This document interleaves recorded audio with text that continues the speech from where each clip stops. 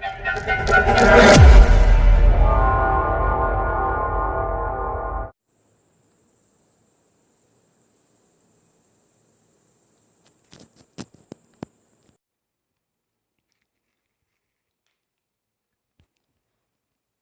Students, so I welcome all of you my YouTube channel Rathore classes Mirzaganj.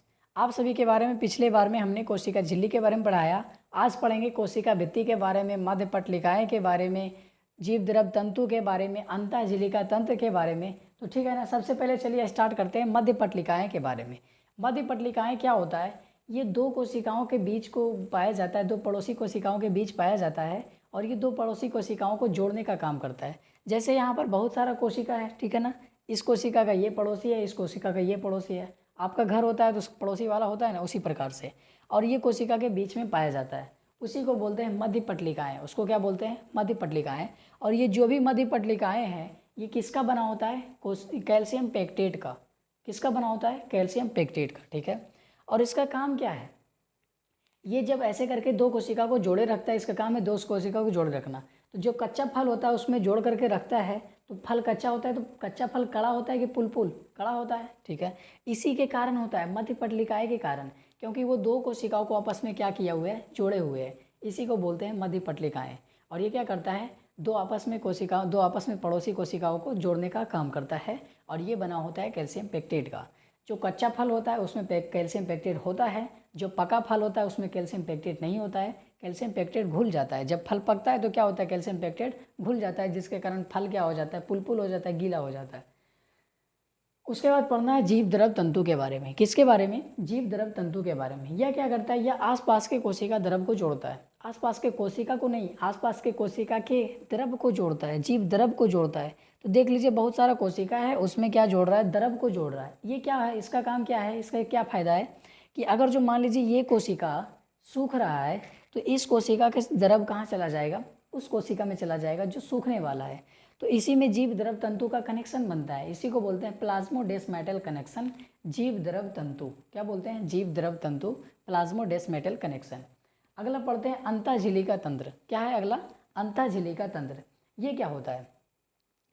कोशिका के अंदर बहुत सारे कोशिकांग होते हैं, बहुत छोटा छोटा। उसमें से कुछ कोशिकांग जो है, दो चार कोशिकांग एक जैसे काम करते हैं, एक जैसे कार्य के लिए जुड़े हुए होते हैं प्रॉपर तरीके से। कौन कौन है वो? पहला है ईआर, दूसरा क्या है? गोल्जी बॉडी, तीसरा क्या है? वैक्यूल, चौथा क्या है? लाइसोसोम। इस प्रकार से चार जो है, चार कोशिकांग, इसको बोलते हैं अंतःझिलिका तंत्र। इसको क्या बोलते हैं? अंतःझिलिका तंत्र। कुछ कोशिकांग का कार्य एक दूसरे से जुड़ा हुआ होता है। जैसे इसको समझिए, चार व्यक्ति हैं और चारों क्या कर रहा है? एक जा रहा है दुकान से आटा खरीद करके ला रहा है, दूसरा क्या कर रहा है? उसको गूंथ रहा है, आटा गूंथता है ना, ठीक है। तीसरा व्यक्ति क्या करता है? लोइया बना करके बेलता है, ठीक है, रोटी बेल देता है पूरा। चौथा व्यक्ति क्या करता है? तावा पर उसको देता है और फुला करके निकाल लेता है। तो ये जो चारों व्यक्ति था, मेनली रूप से इसका रिजल्ट क्या है? ये क्या चाहता था चारों व्यक्ति कि क्या बनाना है? रोटी बनाना है। क्या बनाना है? रोटी बनाना है। उसी प्रकार से कोशिका के अंदर भी बहुत सारे कुछ ऐसे कोशिकांग होते हैं जो एक जैसे कार्य के लिए जुड़े हुए होते हैं, और उसी को बोलते हैं अंतःझिलिका तंत्र। और इस अंतःझिलिका तंत्र के अंदर दो चार कोशिकांग आते हैं। कौन कौन सा? ईआर, गोल्जी बॉडी, वैक्यूल और लाइसोसोम। इसी को और इस कोशिकांग को आगे में बारे में पढ़ाएंगे। अब इसके बाद देखते हैं कोशिका भित्ति के बारे में। किसके बारे में? कोशिका भित्ति के बारे में। इसको उतार लीजिए या स्क्रीनशॉट मार लीजिए। अब आगे पढ़ते हैं कोशिका भित्ति के बारे में। किसके बारे में? कोशिका भित्ति के बारे में। तो हमने आप लोग को बताया था कि ये कोशिका होता है और कोशिका के बाहर क्या पाया जाता है? कोशिका भित्ति पाया जाता है। और ये जो कोशिका भित्ति होता है, ये दृढ़ संरचना होता है। इसका संरचना कैसा होता है? दृढ़ होता है, एकदम दृढ़ संरचना, दृढ़ एवं निर्जीव संरचना, दृढ़ निर्जीव संरचना होता है। ये जो कोशिका भित्ति का संरचना होता है, कैसा होता है? निर्जीव एवं दृढ़ संरचना होता है। दृढ़ मतलब कड़ा, और निर्जीव मतलब निर्जीव, सजीव नहीं है, ठीक है। और ये होता कहाँ पर है? कोशिका झिल्ली के बाहर। कोशिका झिल्ली के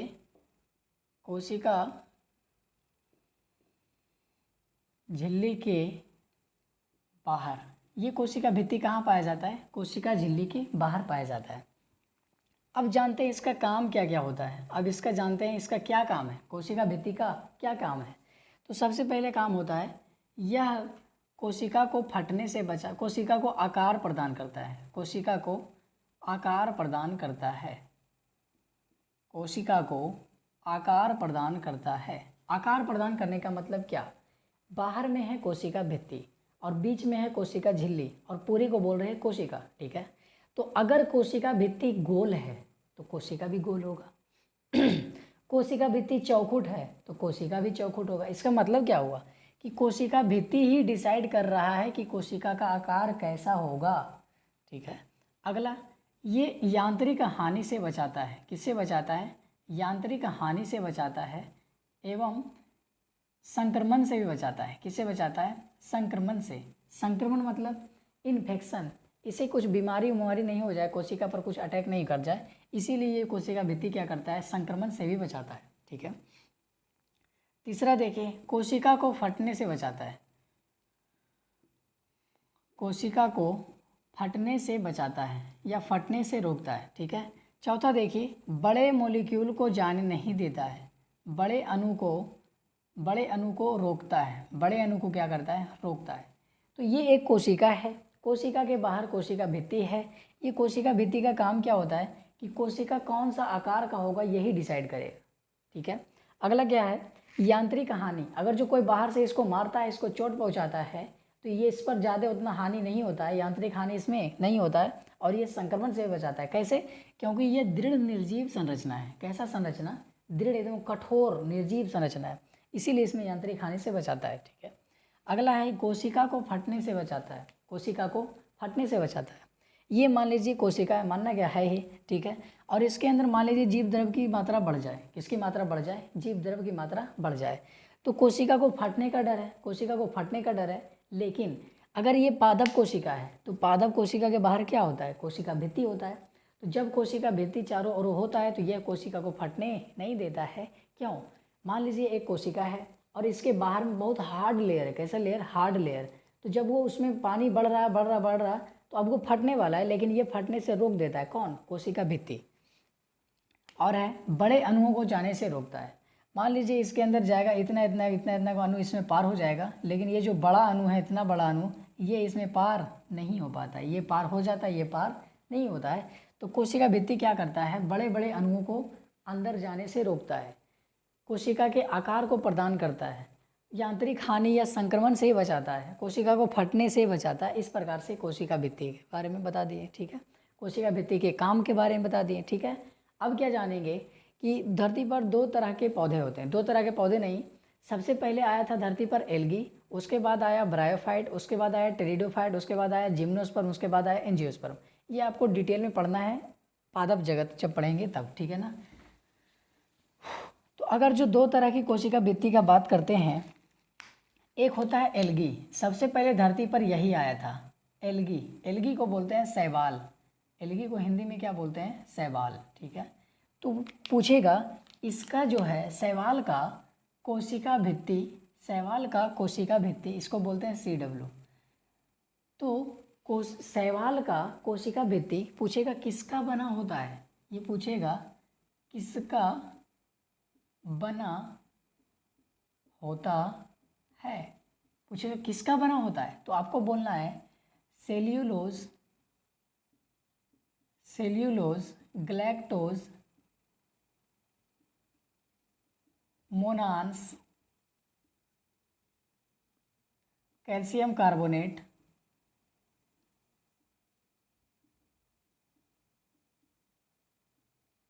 इन सभी चीज़ों से मिलकर के बना होता है। किसका कोशिका भित्ति? शैवाल का कोशिका भित्ति। तो ये क्वेश्चन पूछा जाता है कि शैवाल का कोशिका भित्ति किसका बना होता है, तो क्या क्या बोलना है आप लोग को?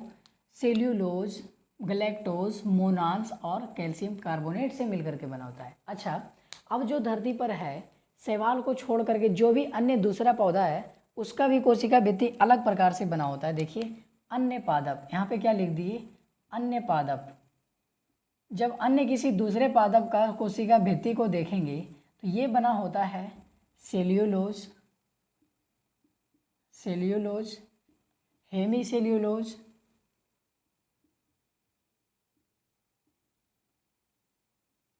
Pectin, and protein, pectin and protein, ये सभी चीज़ों से मिलकर के बना होता है। अच्छा, यहाँ पर ये हुआ कि दोनों पादप ही है और दोनों में कोशिका भित्ति होता है, तो पादप में जो कोशिका भित्ति हुई है अलग अलग प्रकार से क्यों बना हुआ है? ऐसा सवाल आया दिमाग में, ये दोनों अलग अलग प्रकार से क्यों बना हुआ है? देखिए बताते हैं। सबसे पहले धरती पर आने वाला पौधा है शैवाल, सबसे पहले धरती पर आने वाला पौधा है शैवाल, और शैवाल पाया जाता है पानी में। कहाँ पाया जाता है? पानी में, ये जलीय पौधा है, ठीक है।